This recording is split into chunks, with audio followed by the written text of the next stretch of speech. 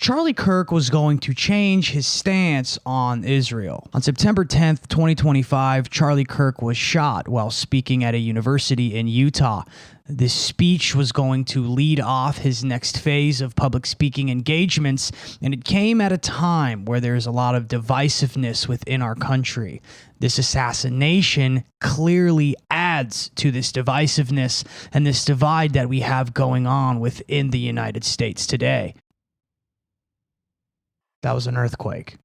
Okay, let's get back on schedule here. It's been a crazy day. Now, obviously, this raises a lot of questions.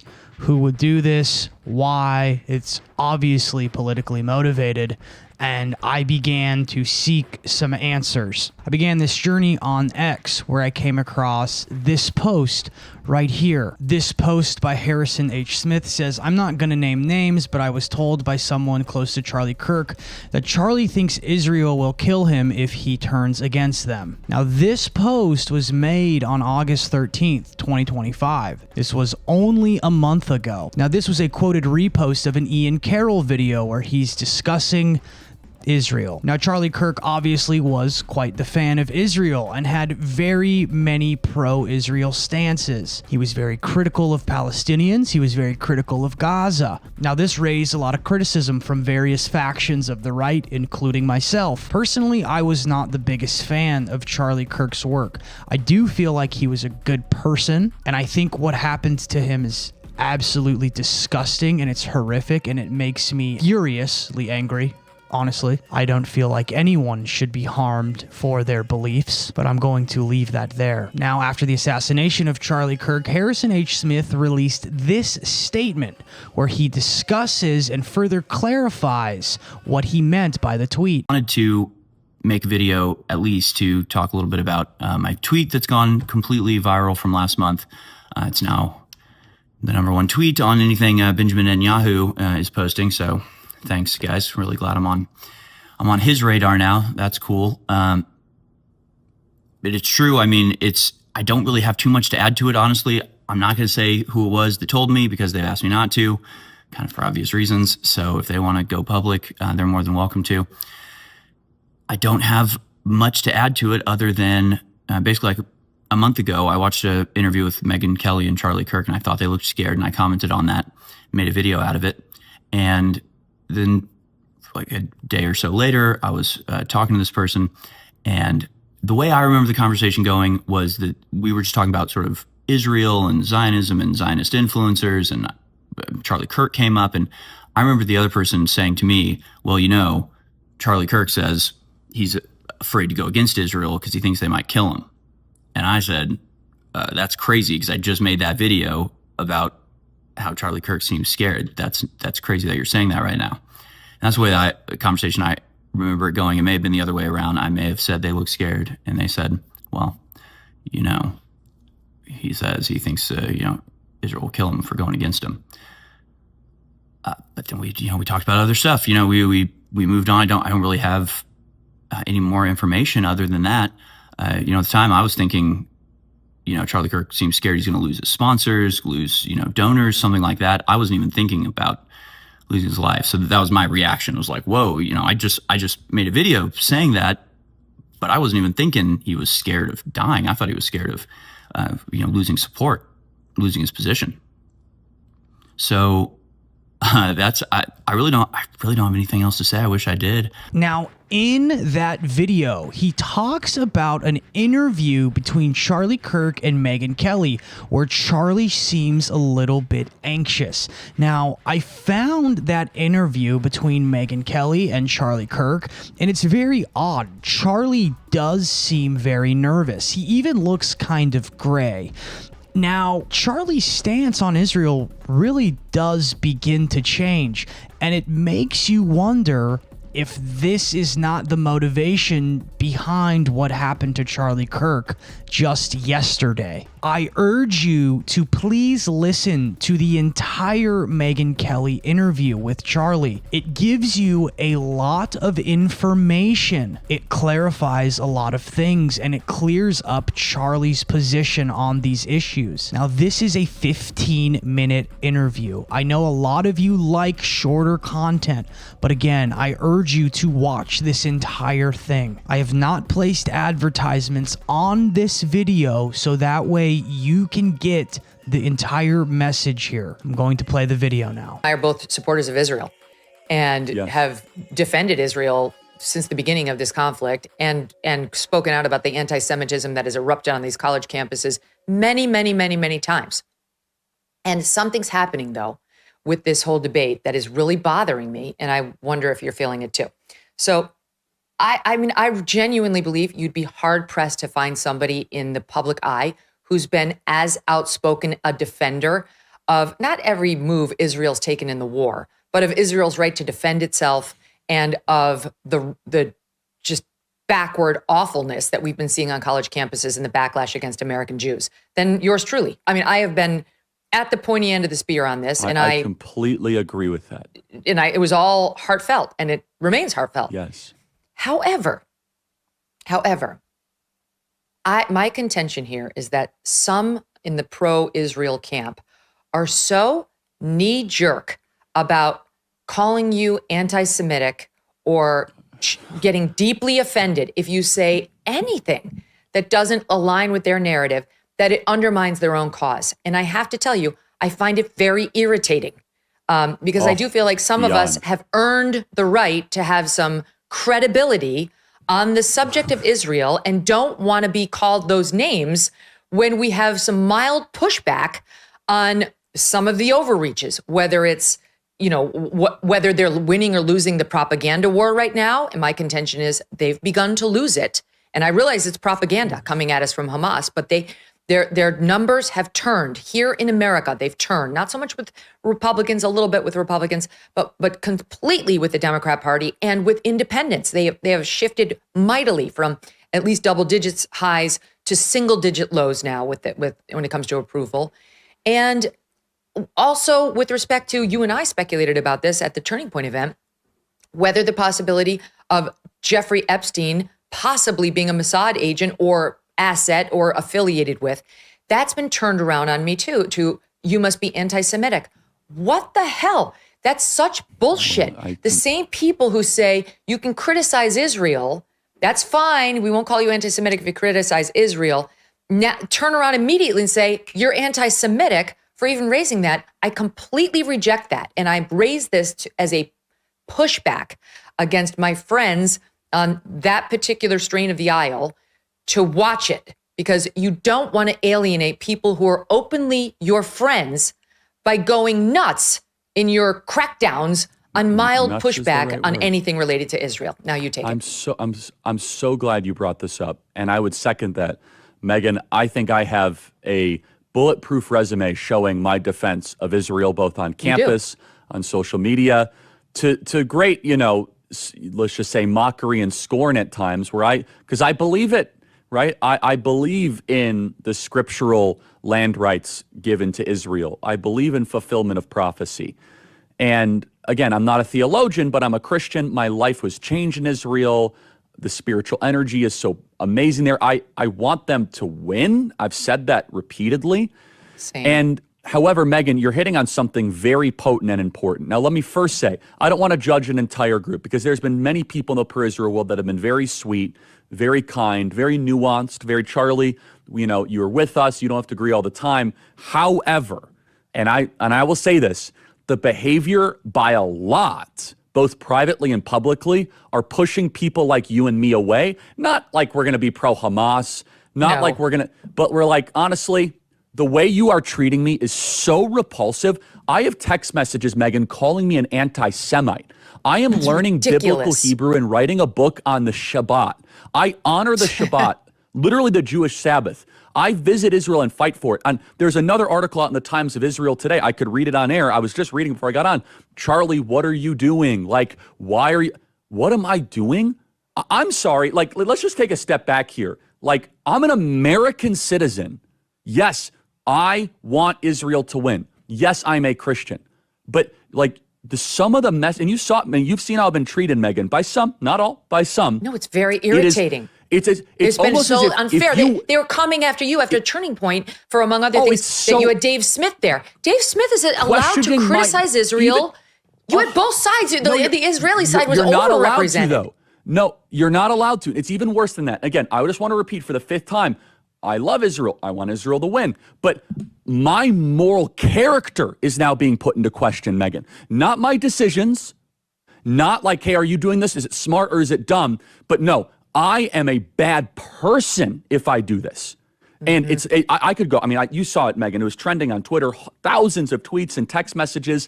And if I were to be charitable and generous, I will say the people that are attacking me are in a hyper paranoid state because they're at war, and war tends to make things black and white, and you're a hammer looking for a nail. So I'm trying to be charitable, Megan. Literally, I'm trying to cut as much slack as I can, right? Like, okay, what would it be like if all of a sudden I'm starting to see a pattern of behavior similar to what my grandparents saw in 1930s Germany online? How would I behave? So that's like my charitable kind of overcompensation spirit. At the same time, I'm like, but it's not defensible to be dumb, right? Yeah. So, and it's offensive. It's offensive to those of us who have been out there defending them in many instances against critics on our own side. And now you have a couple of comments like, well, what about this? Well, has it gone on too long? Like, is it time to wrap it up? And the thing about Epstein is just so bizarre. I don't know who he was an agent for. It might have been Israel or an asset, or it might have been nobody. Yeah. But we're allowed to speculate about that. It's there's some rule. You can't go there when it comes to Israel. Well, you and I believe that we're Americans and Americans first, period. End of story. We are citizens of this nation, okay? That's right. Israel, we have funded, we have supported, and they're up against a sea of Islamic totalitarianism, and we should be cheering for them, right? Because they're up against barbarians and monsters, and we want them to win. However, here is Megyn Kelly and Charlie Kirk combined, probably 30 million social media followers, like pretty, right? And you and I have been holding this down, and you probably get the negative, oh, you're just shilling for Israel, whatever. I'm like, okay, I'm going to do what's right regardless of the feedback, right?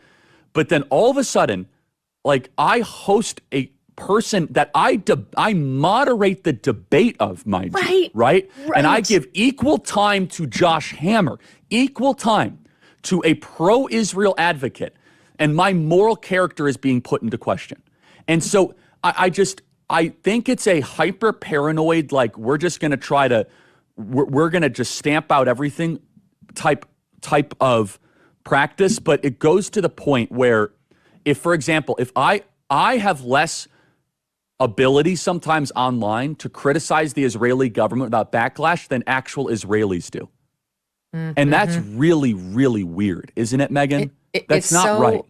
Wrong-headed. I'll tell you this for me. So I got some blowback after saying Mossad possibilities with Epstein, a comment behind which I stand. I mean, I realize, and I've of course reported what Alan Dershowitz has said as his lawyer. He says, I think he would have told me. He didn't say he had any of those connections. I hear all that. That doesn't mean it's not true. I think all these things should be explored. It's one of the many things that should be explored around Epstein. But saying that, and also saying he might be a U.S. asset, et cetera, doesn't make you anti-Semitic. That's fucking crazy. And then we get to last week, I go on Piers Morgan, right? So I go on Piers Morgan last week.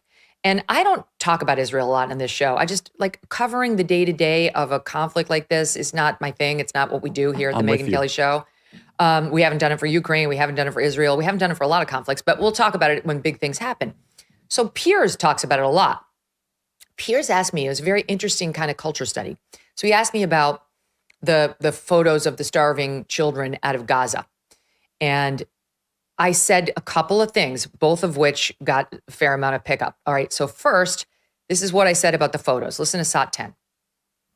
Well, I'm always reluctant to put too much stock in the images coming out of Gaza, that phrase, because they're manipulated and they're masters of propaganda and they're fine having their own children starve just as long as they can put them on camera and show them off to the world. That's Hamas. And frankly, it's a lot of Palestinians. So I'm very skeptical of taking those images at face value and saying it's Israel's fault. Okay, so that clip gets circulated I'm with you on that. a million times by my Israeli friends. and my Jewish friends online. Like, go Megyn. Yeah. Okay, great. Cool. Yeah, she's right on. Look at her, speak truth to Piers. And then Piers released as a separate clip my follow-up to that comment. Okay. And here's that. You're not allowed any 11. nuance, Megyn. It's only tribalism. No, that's right. So here's Sod 11.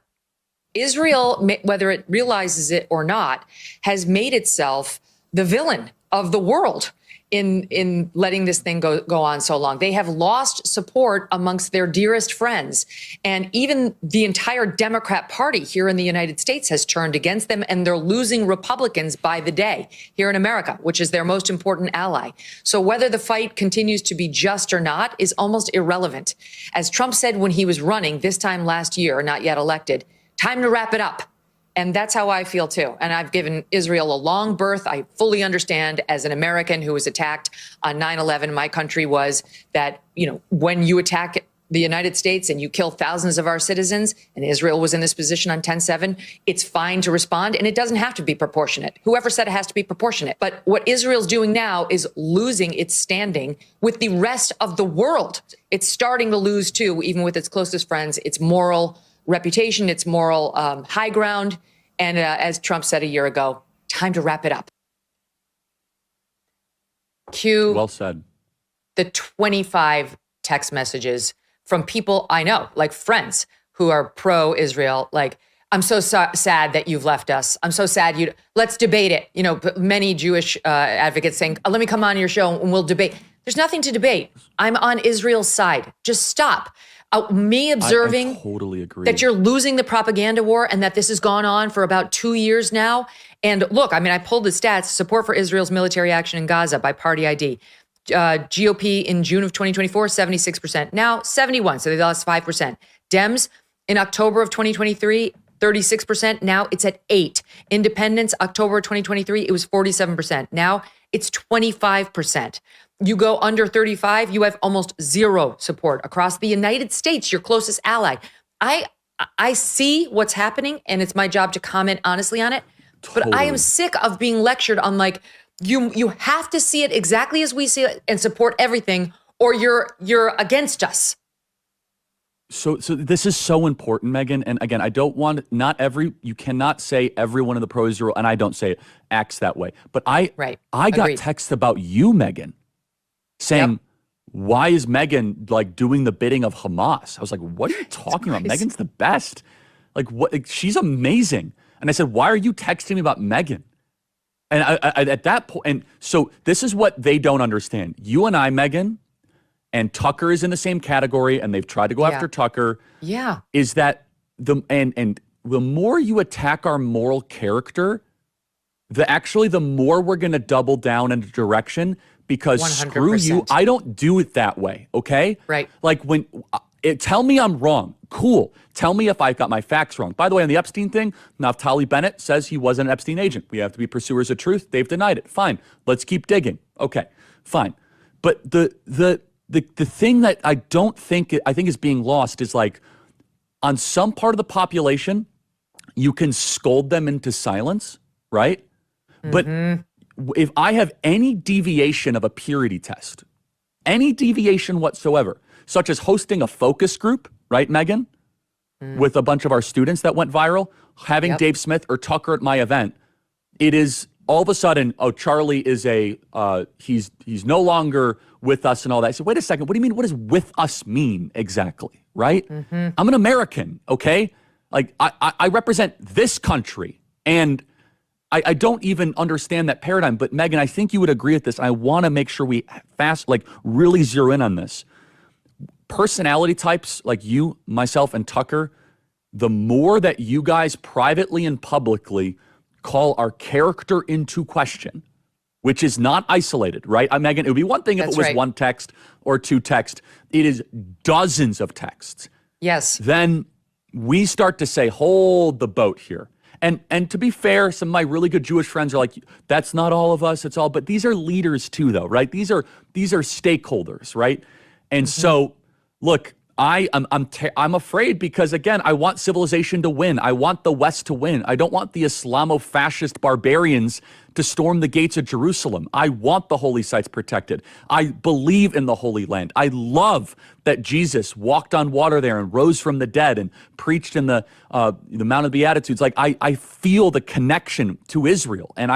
But at the same time, simultaneously, when the hostile reaction is that now Meghan and Charlie are enemies, right? Boy, I'll tell you, like you're not gonna, I wouldn't say lose, but you will weaken and just basically deflate two of your strongest advocates if that continues. Right, and to me, I laugh because it's like I've been bullied by the best of them, the best, and it didn't work, and it's not going to work with them. The more you try to tell me I can't criticize Israel, the more likely I am to do it, to focus on exactly what you're doing, right? Like what are you doing that you're so defensive? You don't own me. I don't take $1 of money from any Jewish affiliated group. That's never been what my show's model. I take, Cozy Earth is my sponsor. People like Genucel. Those are the people I take. And I probably would feel reluctant to criticize Genucel, which is a great product. So I probably wouldn't do it anyway. My point is simply, I have my honest opinions, which is why I had credibility for the 2 years I've been defending them, right? And I still have that credibility. And I don't need lectures from my friends who are more pro-Israel than I am, or who are just American. Now, this interview between Megyn Kelly and Charlie Kirk shows a lot of frustration between the two. They are two individuals who have been extremely pro-Israel to the point in which they are questioning things that are going on that are pretty much common knowledge at this point, like a genocide going on in Palestine and in the West Bank. And their frustrations are glaringly obvious. And the anxiety shown from Kirk here is really bubbling to the surface. And it really makes you wonder if the claims from Harrison are true. This begs the question, are they true? Do you think they're true? We have to look at past assassinations, JFK, the information that came out just this year about that. Now, there's more. There are more videos of Charlie Kirk saying that he believed October 7th was an inside job and that there's no way that what happened on that day could have happened due to the mass surveillance that Israel has. Israel is the #1 surveillanced country on the planet, okay? This is what Charlie Kirk had to say about that. These guys not know this was taking place. So I've been to Israel many times. The whole country's a fortress. When I first heard this story, I still have the same gut instinct that I did initially. I find this very hard to believe. I've been to that Gaza border. You cannot go 10 feet without running into a 19-year-old with an AR-15 or an automatic machine gun that is an IDF soldier, right? The whole country is surveilled. But I think some questions need to be asked. Was there a stand-down order? Was there a stand-down order? 6 hours? I don't believe it. Israel's the size of New Jersey. When I took a helicopter ride from Jerusalem to the Gaza border, it's 45 minutes. 6 hours. And we also have these questions that he brought up as well. Jewish communities have been pushing the exact kind of hatred against whites that they claim to want people to stop using against them. Now, I don't like generalizations. Not every Jewish person believes that.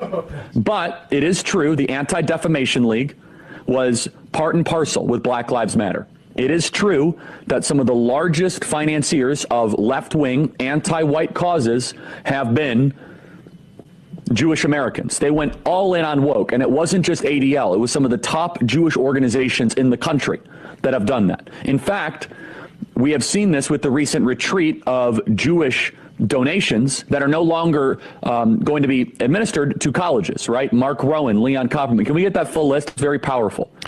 The part of so that's totally true. And by the way, Tucker Carlson reinforces this. So I'm going to it was quite a day on the internet. Tucker Carlson was interviewing Candace Owens.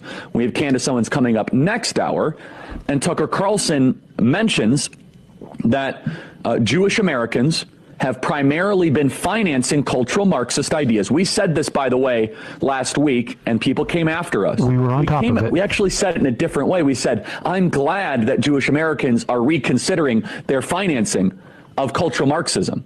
And people misunderstood it intentionally and slandered us as being anti-Semites. But listen to this. Tucker Carlson is completely correct by saying this, that the philosophical foundation of anti-whiteness has been largely financed by Jewish donors in the country. There's a good chance his position was turning very much in a way that some people did not like. Some things were starting to come around in Charlie's life and in Charlie's work where he was starting to see what is really going on when it comes to Israel, particularly when he was making comments regarding Epstein and Epstein's possible involvement with Mossad. Now, is it possible that Charlie Kirk was going to change his position on Israel? A position that was quite a strong one. A position that left many divided on him and his politics, myself included. Now, if this is the case, obviously he had some donors and some individuals involved in his camp and on his team that were on that side. Charlie Kirk's reach, especially amongst the Gen Z population, the young male population, is insane. It is immense. And him changing that stance would spark a nationwide change amongst young men in this country. There has already been a ton of questioning going on. Many of you know what I'm talking about, and some of you might not know. And if you don't know, you need to do some more research. Personally, have been asking these questions for quite some time. In fact, asking these questions got me put on an Antifa hit list just a couple of years ago. And recently, these questions have gotten so charged that they have gotten the former president of Capitol Records involved in one of my comment sections. Lee Shrink is the former president of Capitol Records and the founder of FaZe Clan, and he called me a Jew hater on this video where I'm questioning if Jeffrey Epstein is a part of the Mossad. In this video, I say nothing that is anti-Semitic. I say nothing that raises any questions that would make me seem anti-Semitic. In fact, I'm just asking the same questions that Charlie Kirk asked. Leaked emails from Israeli Prime Minister Ehud Barak has proven and showed that the Israeli government was indeed working with Jeffrey Epstein. Now, some people who have been labeled as conspiracy theorists have been saying this for quite some time. However, now we have actual documentation, actual evidence, actual proof. And the interesting thing about these emails is they actually showed connection to someone who is very, very powerful behind the scenes and is working with J.D. Vance. Or should I say James Donald Bowman? Or dare I say Mr. Hamill? 3 name changes as a grown man, that's pretty normal. All I know is now we have documentation, confirmed documentation that nobody is supposed to see, that Epstein was indeed working with the Israeli government, and they are now working with individuals who are deeply embedded within our government and are being backed by a very powerful class of technocrats. At this point, releasing the list would just be the cherry on top to the things some of us have been saying for years. What is up with Jeffrey Epstein and having this relation to the Israeli government where emails are being leaked? These emails are being leaked by verifiable sources. In fact, I asked Mr. Trink this same question, would you like a source? And of course, he never responded. Now, this is becoming a very pivotal and a very vital issue in this country. And in the United States, we have something called the First Amendment, and we're allowed to ask questions and we're allowed to say whatever the fuck we want. And when I'm doing so politely and you feel so offended that you need to start calling me names, I think that means I'm getting to a pretty good fucking place in my questioning, don't you think? And this is becoming the pivotal issue and the pivotal question that keeps arising and keeps recycling itself. I just know one thing. If you're not allowed to question something, you gotta start wondering why. And when you do start questioning it, you start to be called names that don't equate to the words that are being said in the video. You start to ask a couple more questions. If you haven't realized yet that we are at a point in this country where asking questions and talking about narratives that people don't like that are up at the top will literally get you killed, then I don't really know what to tell you. We're there. We're at the boiling point. This is the turning point. Charlie was ironically a part of Turning Point USA. We're there. And I'm telling you right now, asking questions to where the former president of Capitol Records is getting involved in my comment section shows that we are making ground. I disagreed with a lot of the things Charlie Kirk said, but one thing I will never disagree with is the ability to question whatever the fuck we want. You're allowed to question Israel without being anti-Semitic. You're allowed to question whatever you want in this country. That's the whole point. And ironically, this video is coming out on 9/11. And that too was a turning point in this country, which is even more ironically my parents' anniversary. If you're not awake yet, I don't know what will get you there. This is not about a political agenda. This is not about political ideologies. This is about the freedoms and liberties that people died for setting up this very country. And it just is absolutely insane what happened today. Now, at the time of this recording, the shooter has not been captured. The shooter's agenda is not known, and nobody really knows what's going on with that. All I know is what I've observed over the last several months and the pieces that I have been able to put together today. Whatever they're gonna say was the reason, and whatever the agenda was, just know that this is lingering in the background. All of these questions that he raised would have been ignited to millions of young men across this country. And you need to ask yourself, who would not have liked that? Now, a lot of Charlie's political ideas I did not agree with, and in fact, I almost refrain from giving any of my political leanings or ideologies because I don't participate in the American political system. But there are some things and some coincidences that are happening within the United States right now that I just feel need to be addressed. I mean, we are at a turning point in the United States. And if you can't see it, and if you don't see it, you need to wake up, okay? I'm doing a video, and there's an earthquake in the building I mean, come on, folks. I don't really know what more I could give you to show you what's going on. Is that a coincidence? I don't really think so. I don't believe in coincidences. I think today was literally an earth-shattering day, an earthquake day. I have earthquakes going on right now in this building and in where I am doing this video. We are now entering an era where your political ideologies could very much get you killed. Now, that's always kind of been the case, but now if you can't feel the tension, then I don't know what to tell you. And frankly, some of my opinions need to be gatekept from some individuals. Some people do consider me to be controversial, and I too have received death threats for some of my ideologies, etc., etc. So if you're interested, you can go to the Patreon. That being said, my thoughts and my prayers go to the soul of Charlie Kirk. They go out to his family and any of his supporters who are grieving at this time. I send my deepest condolences. Now, if you want some of those ideas that I need to gatekeep, filter, and keep more close to the chest,